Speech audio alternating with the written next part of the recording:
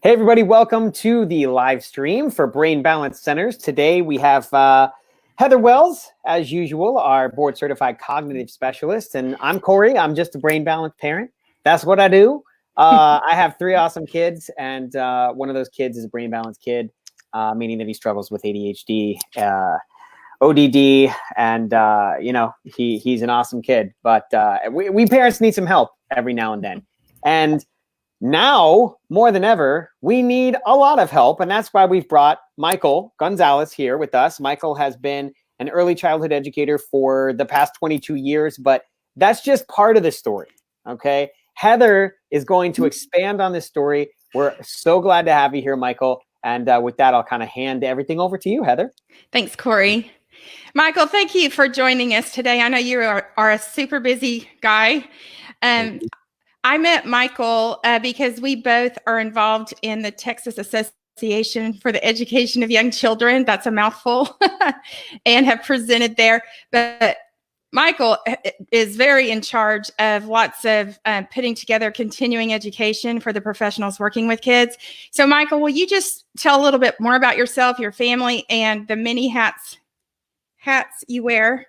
Yeah, sure. No, definitely. Thank you. Thank you for having me on today too, Heather. So as they mentioned, 22 years in the field. It all began as a toddler teacher. I was in college, thought I was going to be a elementary school teacher.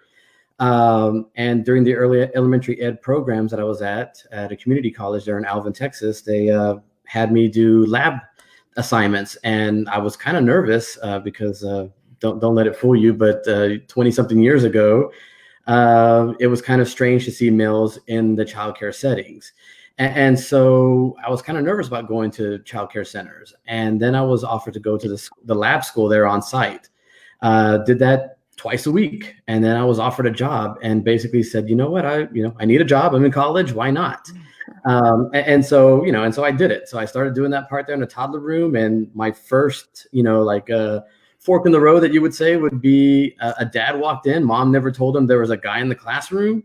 And, basically, and I was happening to change his kid's diaper when he walked in. And all of a sudden, his face, I think in his mind, he saw what he was going to do next to me outside in the parking lot or something. But, but basically, that made me make a decision moving forward about what I wanted to do. And I stuck with early childhood after that. And basically, as I saw other activities coming in from higher ed to quality improvement, I just asked those individuals, what does it take to be in your position? And that's what I did to keep moving myself up to now what I'm doing, where I'm doing professional development ongoing, assisting 2 nonprofits here in the Houston area, to volunteering on for the TXAEYC board members as incoming president. I've been with them for 15 years now, and now I'm finally stepped up to president-elect.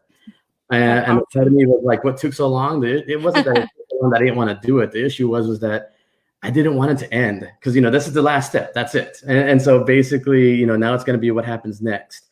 And so basically, between all that, I am just doing whatever I can.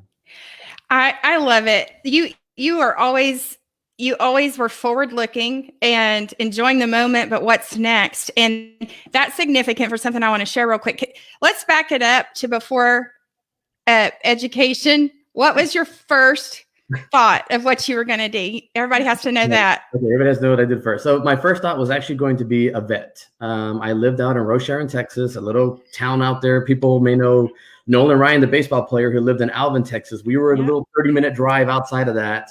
And basically growing up, we were raising animals, basically cattle, and told myself I was going to be a vet, was learning how to, do shots and everything else you can think of. And then one afternoon, I just got kicked hard enough by a cow. And I said, that was it. I'm done. I do not want to do this anymore.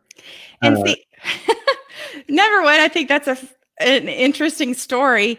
But also, that really goes to a point. People who watch these have heard me talk about Dr. Shane Lopez. He was one of the world's leading researchers on hope. And I won't go into the part I usually cover, but there are studies that show us when we do functional MRIs of the brain that our natural resting state is thinking about the future. They have done studies where they tell one group to think about puppies or something that is really warm and fuzzy and makes you feel happy. And they tell the other group to just relax and just clear your mind and don't think about anything. Almost 100% of what was intended to be the control group and then ended up becoming the focus was they were dreaming about the future. And so one quick thing I want to say is, how often are we asking our kids about their future?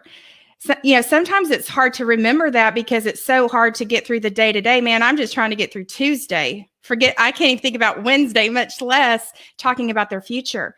But it's really important. That is our natural state. And if we don't do that, a lot of these kids tend to think that the past defines them. And, we talk about growth mindset all the time, and then we create memories of our future. And then as we work on all of these critical thinking skills, we can edit, like you edited. I don't want to get kicked by cows, so I'm going into education. and then you kept streamlining it from there and went into early childhood. But we're going to be talking about activities today that are great for all members of the family and all ages. So I know you're a dad also. You have a 6th grader and a senior. Yes. So how is homeschooling going for you during COVID-19? So homeschooling is it's going great now, but it asked me, if you would have had this conversation with me 2 weeks ago, I would have told you completely different. I'm like, you know what, this is insane. Basically, right. I don't know how people do homeschooling to begin with. And then I had to do it day by day. And I feel bad for my, at least my 6th grader there, my son, Jeremy. He basically was depending on me to help him with the assignments, not doing the work for him, but in the sense of like, tell me what assignments I have to do. And I was getting these assignments through his Google Classroom, and it said 1A, 1B, 1D. And I was like, oh, that must be 1st grade A group, 1st grade B group. And I'm like, oh, you don't have any homework. Everything's fine. No, it was all the assignments the boy had to do. And he was literally 2 weeks behind. We finally caught up last week, knock on wood. But yeah, now he's on track. So, I mean, that was definitely one of the things there that, moving forward, that we have a better schedule. And that was one of the things that we changed was we get up every morning and we go online and we look at all the assignments. And then we break it up, not where, okay, Jeremy, from 8 to 4 or 8 to 3, like you do in a normal school day, you're going to do all these assignments. It's from 8 to 9 or 9:30. What are we going to work on first? Then take a break. Then what are we going to do second? And then take a break. And then it's lunch and take a break. And basically you just break it up throughout the day. And then even if you've got to do 30 minutes of reading, you do it later in the evening time before bed. Well, go ahead and do it then. So, I mean, we kind of worked out a better schedule because, again, sitting behind the screen for that long period of a day doesn't work very well at all. No, you made a couple of excellent points. One is kind of the collaboration, working together on it, giving him that support. Another is you're giving him some control over the schedule. We have to get these things done, but kids need some element of control. We are thrusting so many things on them. You have to do this, you have to do that. And that's all about compliance, but giving him agency, which is part of hope. And there's more than one order to do these in. There's more than one way to accomplish the same task. And that really gets their buy-in and gets them more intrinsically motivated instead of it just coming because dad or the teacher said so. And I also think it's encouraging with your background for our parents to know that I'm not glad it was hard on you, but hey, you get it, right? Oh, yeah, it happens to the best of us. I mean, don't let you've been in the education field for so many years make you a pro at all. No, I mean, it's all of this is new in general. I mean, yes, we've always had technology available at our hands, but I mean, never to the point where we had to rely on it to go day by day. And so, yeah, I mean, for me, completely new, challenging, and had to figure out new ways to make it work. And it's different for both children. I mean, again, my senior in high school, it's not the same way. She checks in by herself every day. She does her own thing. And sometimes we just follow up to make sure she's actually turning something in because, we don't get to see that part. She tells us that she does it. And for her, technology is easy by her hand. She's not logging into Google Classroom on a computer. She's using her phone. And so we're hoping. I mean, obviously, she's getting everything done. Nobody's called us to tell us anything different. So different for everybody, but I mean, it doesn't matter how long you've been doing it. It's all new for everyone. It is. And even with Google Classroom, a lot of schools are using different technology to post projects and assignments and when they're due. And sometimes we have parents come in and they're not aware of the technology that's out there that helps you know what the assignments are and when they're due. It's different because you're kind of having to teach them, and it's like schoolwork and homework all in one. But and it's one other important point is your daughter isn't struggling with executive function, organization, time management, and all of that. But for our kids who don't have those skills, a planner or an app does not take the place of our critical thinking skills. It requires organization and memory and task initiation and all of those to use those platforms in the first place. So that's something just to keep in mind. Oh, definitely. So I know that this is the week of the young child, right? It is. And so this is really cool. This is, I want to have Michael talk about this, but this is a way to get some really fun activities going with you and your kids and celebrate children and share them on the internet. So can you kind of go in and explain that program? Definitely. So as you mentioned before, the long name, TXAEYC, I'll just shorten it a little bit there. But it originates from the national organization, which basically Texas is an affiliate of the national group. And it's a membership-based program that focuses on high quality early learning for all young children birth through 8.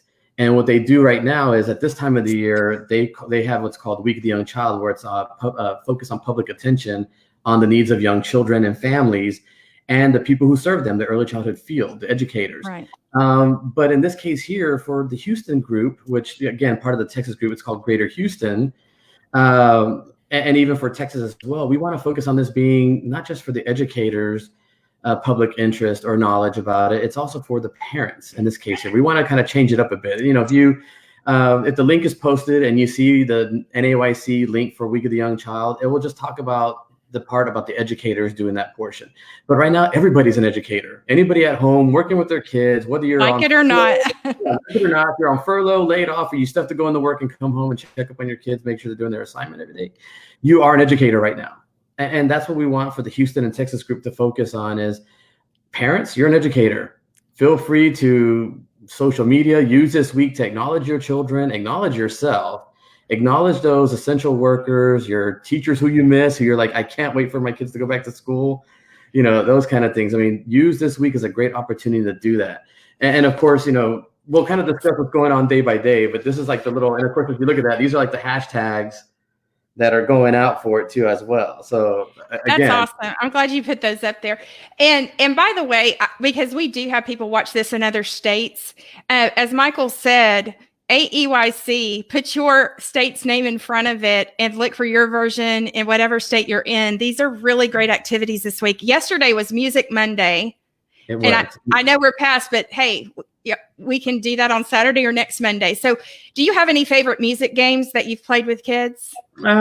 Usually it would be just what's the name of it? What's my favorite one there? It's I don't know the name of it exactly, but it's basically like a tiptoes and then they move faster. Basically, it's all about rhythm. And so they go on there. Like Frank Lito is one of my favorite musicians too. So I use his music too as well, just to get the kids moving around to dance. At the house here, of course, they're older children, so they listen to stuff that probably would not play in an early childhood setting. Right. But I could play that too to get them music and moving around too. Trolls, the new movie came out. If you haven't seen it yet, the new movie for Trolls World Tour, great music. Nothing really current, more of the 90s, thousands, 80s music. It's really great to listen to. So definitely using that as an opportunity to dance around too, but basically just getting some pots and pans and banging some noise around the house. Not only get that little stress relief out of yourself, but then also for the kids too. That's right. And those rhythm games, I've talked about this before, but that is part of our auditory processing where we can hear how many sounds or syllables are in a word.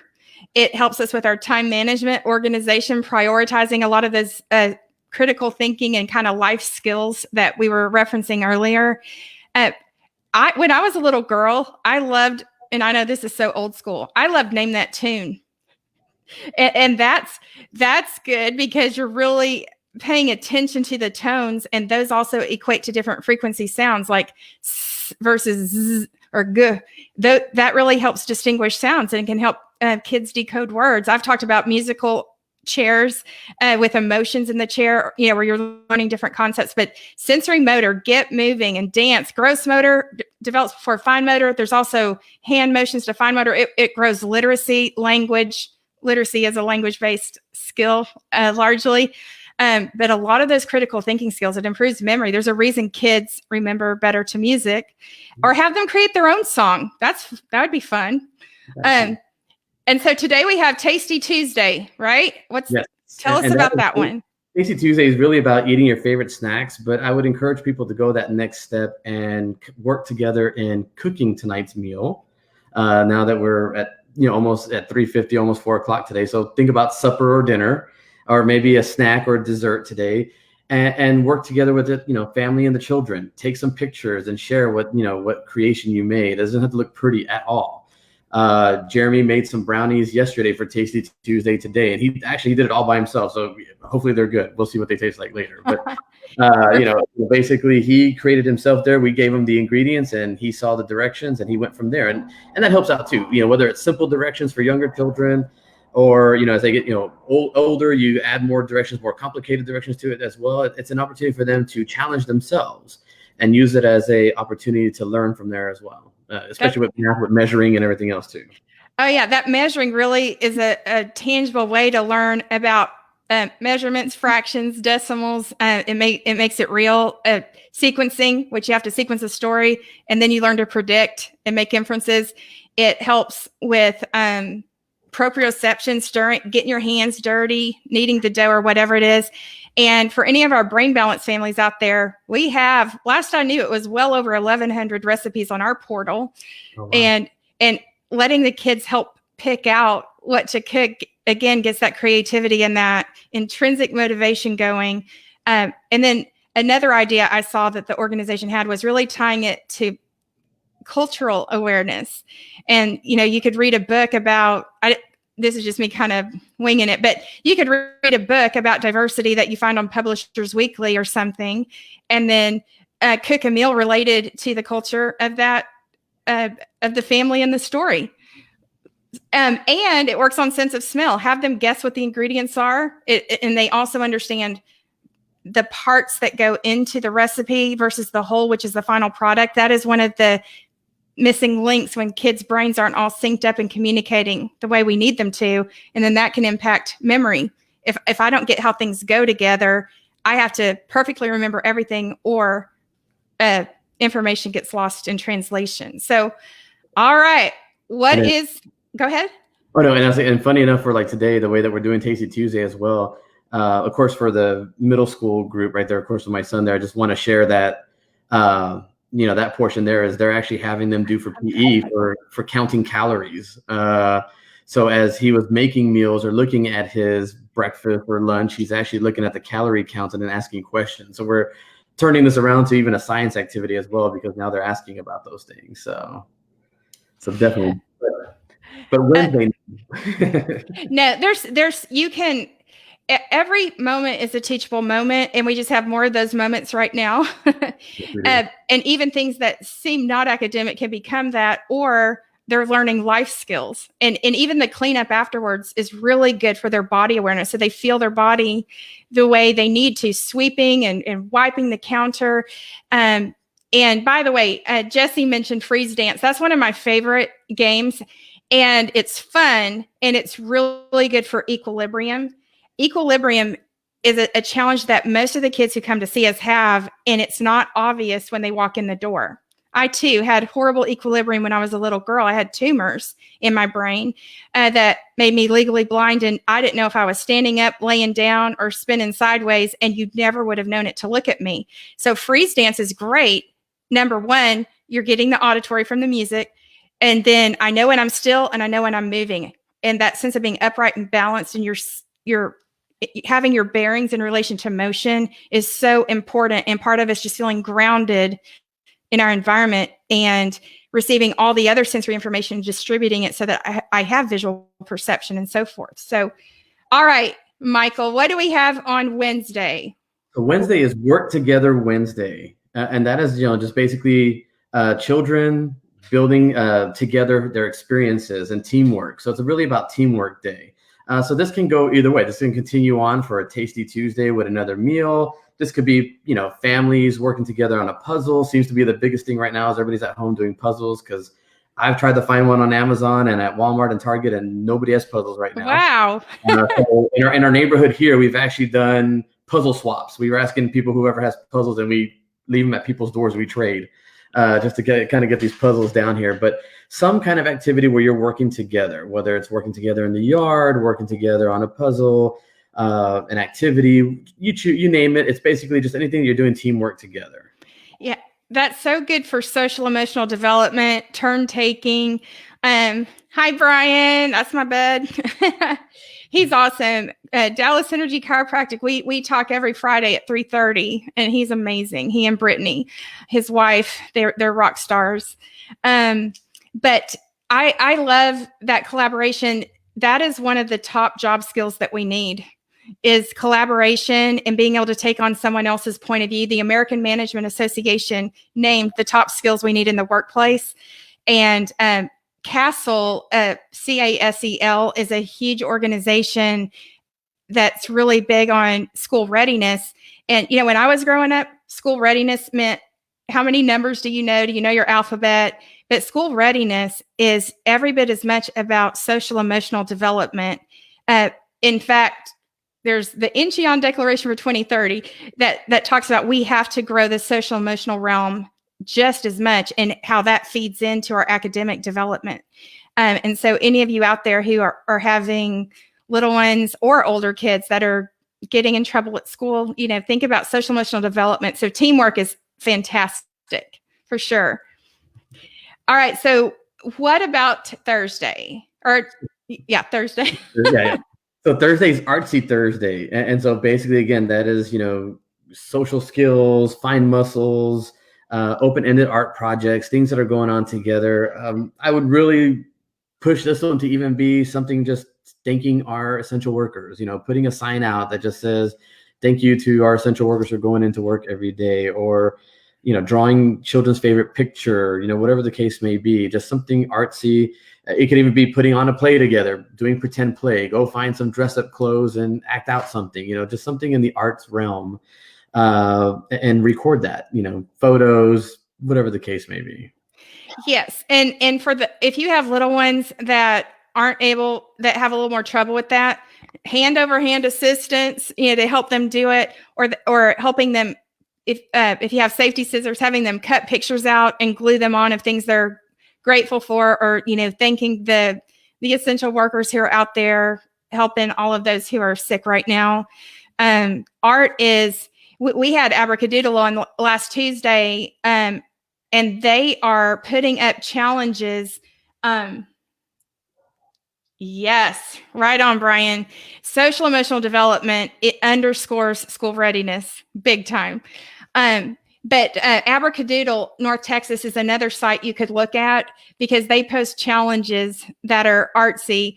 And if your kids are really starting out and that's a struggle, there are also pens that you can draw, and as they trace over it, it changes colors and it makes it really interesting. You can draw something and they trace it. You're working on visual perception and hand-eye coordination, which are critical for literacy. And fine motor underlies so many skills. Dr. Robert Sylvester was one of the leading researchers in this realm, and he was like, fine motor grows attention, self-regulation, memory. It regulates behavior, inhibition, so they're not impulsive, because you're having to sit there, pay attention to how you're forming the letters and take your time and space them right and remember what you're writing. And there's something about the strokes of the pens or the crayons or markers that's also can be very regulating too. And I'm huge on journaling. I say that every single time. But gratitude broadens our mind. It's one of the positive emotions, and it really helps kids gain perspective and grows their curiosity too. When you're creative, there are many studies that show curiosity leads to greater productivity. We don't want kids to think they are the sum of what they do, but for those that have trouble getting stuff done, that's important to note too.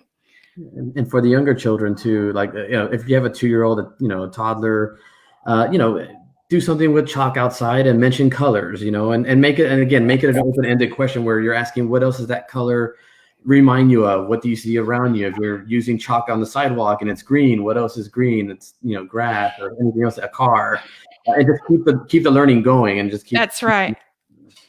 Yeah, I love that. When you think of traditional games that you may do, there's always an out-of-the-box way to expand it. I've talked before about Hopscotch, which is chalk on the sidewalk, too.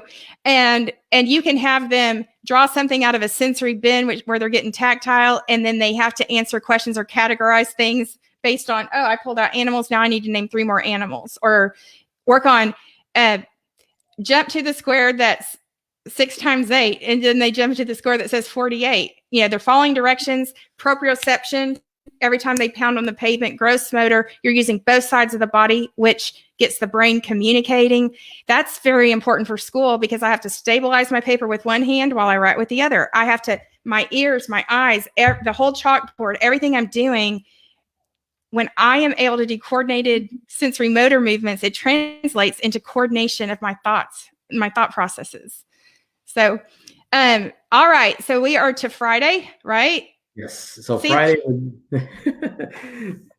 would be Family Friday. And of course, this is normally, in most cases, would be the child care centers are recognizing families, thanking them throughout the week there. Obviously, this is not always going to be the case for everybody right now. So I will turn it around where it's more about, again, focus on yourself, show pictures of families, use this opportunity to share family photos. Use this day to show even the families that aren't at your house right now, those that you're missing, those that you're not able to communicate with right now. Take this time to focus on family on Friday versus where now, if your children are in a child care center, there's going to be an event going on or something given to you that day or take home.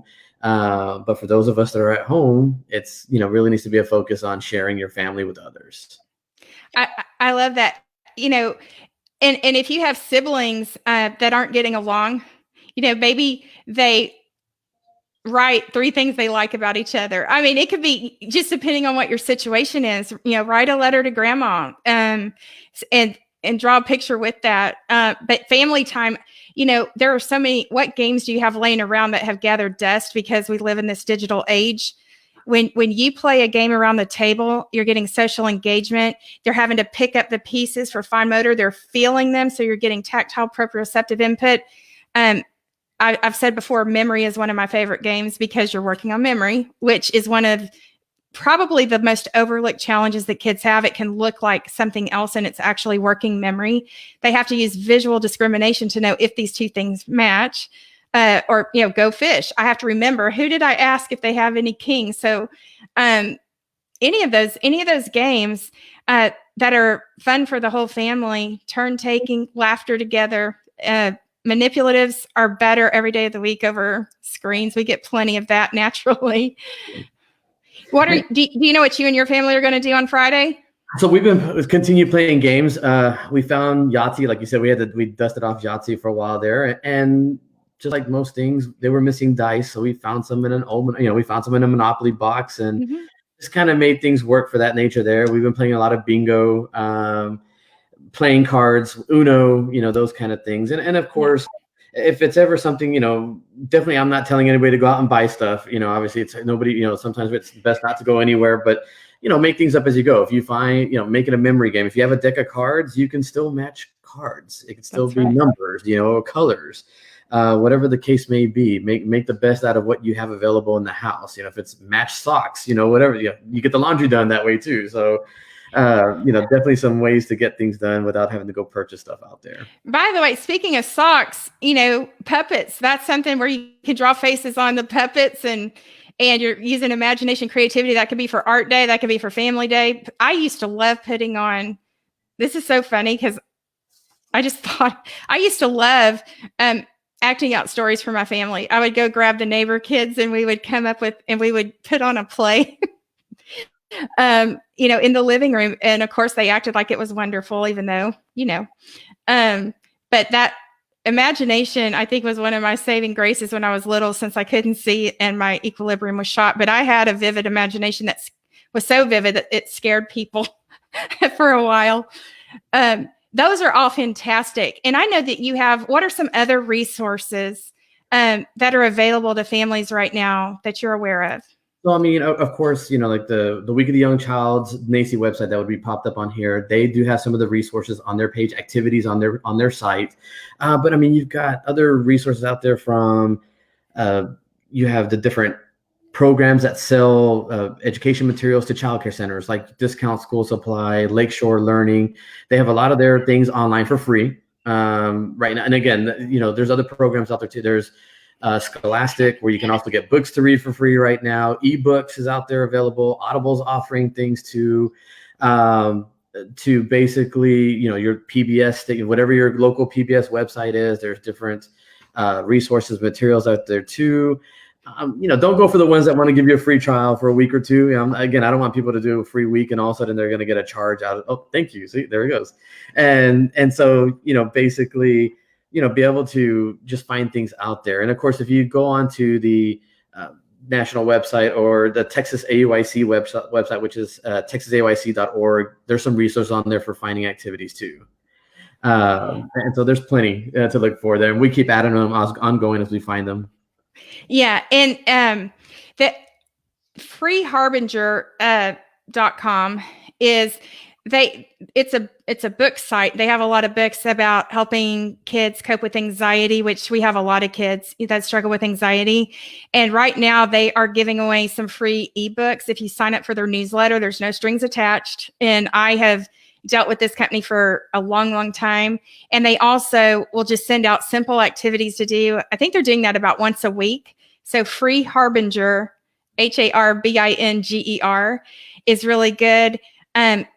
Everyone on here who's heard me before hears me talk about Free Spirit, but they have started putting up some free resources also. freespirit.com is one of my favorite sites because they have social emotional books that are phenomenal. They're always adding more, and each book has activities in it that they recommend that you could tweak for the age and the concerns of your child and their strengths, by the way. But they're putting out some free resources also right now. And of course, at Brain Balance across the country, we are doing virtual assessments right now. And I'm doing these 3 days a week to try to bring value to you and give you ideas and help you brainstorm how to make this time count for family time, as well as for filling in some gaps while school is standing still. And then we're setting up virtual programs to help with that in the meantime. So, anything? Oh, and there was the daily positivity. I know it was posted, but yeah. So, as far as we'll talk a little bit about stress in a second, but I mean, I had to, even for myself, had to find ways to be positive. I mean, find the best out of everything. And it took a few years back before I kind of woke up and realized some of these things. Again, sometimes I let the worst get the best of me, and this time around it's a flip. I read a book called The Energy Bus by John Gordon. He has many books out since then, but that was the first one that got me into reading it and then finding the positive out of everything. And so his site, which is listed on there about daily positive, it just kind of gives you something every day to start with. So I printed a couple of them just to show, one from April 10th. And again, he's focusing a lot on what's going on right now. And it just, for example, if you feel like this virus has stolen the great year you were preparing to have, remember this truth. We don't know what would have been, but we can create what will be. Don't look back. Be thankful for what you have. Look for ways to love, serve, care, and look forward. Again, those are just some of the things there to, when facing challenging times, focus on these three things. What can I learn? What can I do? Who can I help? If you want to thrive, it starts in your mind. So, I mean, again, it's just some really great things to start the first thing in the morning to just kind of put you in the right track. Personally, for me, I stopped turning on the news in the morning right now with everything going on. I may check it out once a day, maybe once every 2 days. I can get a lot of information on social media feeds that come throughout the day. And if I really want to know what's going on, I can look into it. Because it is, I mean, honestly, there's not too many positive things going on right now that's being posted on social media or news based on what's happening. So sometimes that can be a really big stress as well. Sometimes turning off the technology helps out once in a while too. Yeah, just having some quiet moments to be present, take a listening walk, just deep breaths. I mean, getting exercise. But I so agree with you. I am a huge believer that the challenges we all face are also blessings. It does not take away the bad that's happening, but they're also blessings because they uniquely equip us to serve others on another level. They help us grow and learn. And one of the things I love doing with kids is talking about inventions that were an accident. And that's cool, like for a growth mindset. And back to what we started with, where we're forward thinking and not thinking the past defines us. That's really powerful when you do hard things, your brain grows, and understanding that mistakes are cool. If it's the right kind of mistake, it's not like I was trying and I didn't make it, but you're just that much closer now and you learn from it. So then it's not a failure. But I'm glad I was legally blind. I'm glad I had tumors because I have been in similar shoes in some ways. I mean, to a lot of the families I've been working with, I've been the mother. I don't wish that my sons were struggling, but it gave me perspective. So there was a blessing in the adversity. And I just believe that that's always true. And when you're reading books, to look for the moral of the story and not just have them retell it, but what was the problem? How did they handle it? How do you think they feel?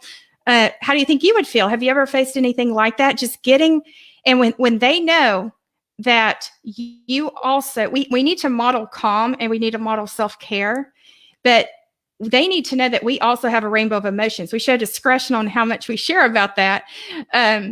But then they don't feel shamed by having emotions, and it's what we do with them. And that's what you're talking about. It's what we do with these, things that aren't exactly as we wish they were, but there's a way to flip it and make it a positive. And it's not Pollyanna. It doesn't mean everything's great. It's a mindset, like you said. Right. I mean, it's an opportunity to do something new, find a new project, find a new goal, start something new in the sense of a new hobby. Maybe, the main thing I like to relate to is, I'm not saying we're in any kind of depression or recession or anything else like that, but I mean, in the Great Depression, when something similar like that happened, a lot of people came in and invented new things from it. I mean, people found ways to grow and do things. And, if we're stuck at home, we can come up with some great projects, come up with some new things to come up with too. And those are things that are going on right now. We see a lot of local companies coming up with ways to help others make things, create things, and even just at home, they should be able to find ways to keep growing and move forward with it too as well. And you've already seen it a little bit at home. Your son is like, I'm sick of screen time. And so he's doing less of that. I mean, this is also a great chance to break some bad habits. Actually, I thought he was going to be on it 24/7. And there's times I'm asking him, I see that his friends are playing online because I have the app on my phone that I keep track of. And then also I'm like, well, your friend is online. No, I'm okay. I'm like, you don't want to get on? No, I don't want to get on. I'm like, okay. That's great. We want to limit screen time. So that's great. That's great. I really be on it more often, and he's not. Actually, I'm just. That's awesome. Yeah. No, I was be on it more than he is. I'm just kidding. Yeah. No, I think that's great. So, anything else you want to share before we get off here? Any other things?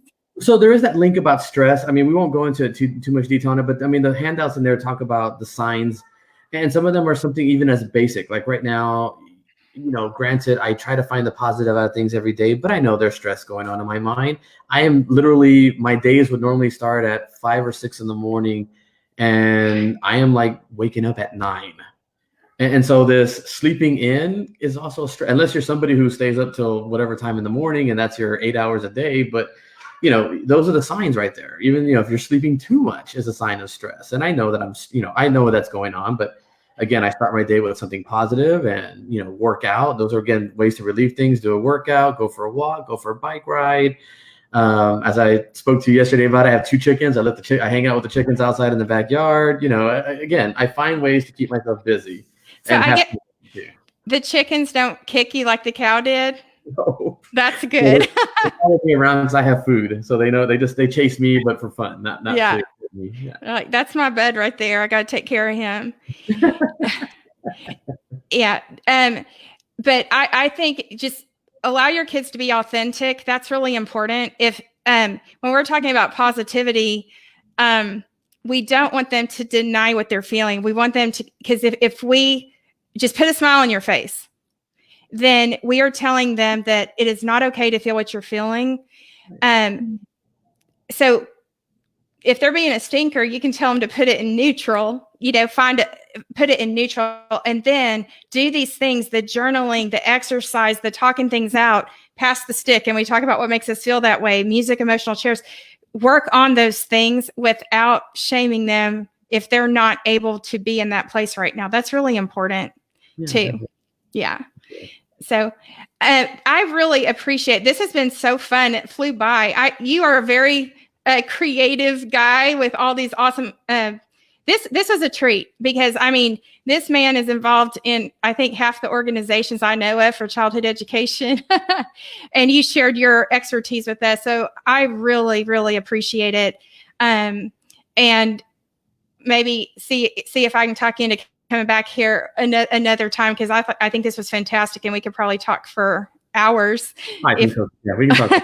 That's usually my bad part. That's why I had to ask you, like, how long? Because I could talk forever. So It was bad news, y'all, because we both spoke at the Plant a Rainbow conference and I had to follow him. I'm like, that's not fair. He's a hard act to follow. But thank you, everyone, for tuning in. And you know that you have friends out there who would benefit from hearing this and getting the creative juices flowing. So please share and follow our page. I do these every Tuesday, Thursday, and Friday at 3:30.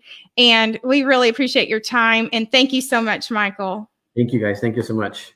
All right. Have a great day, everyone. Thank you.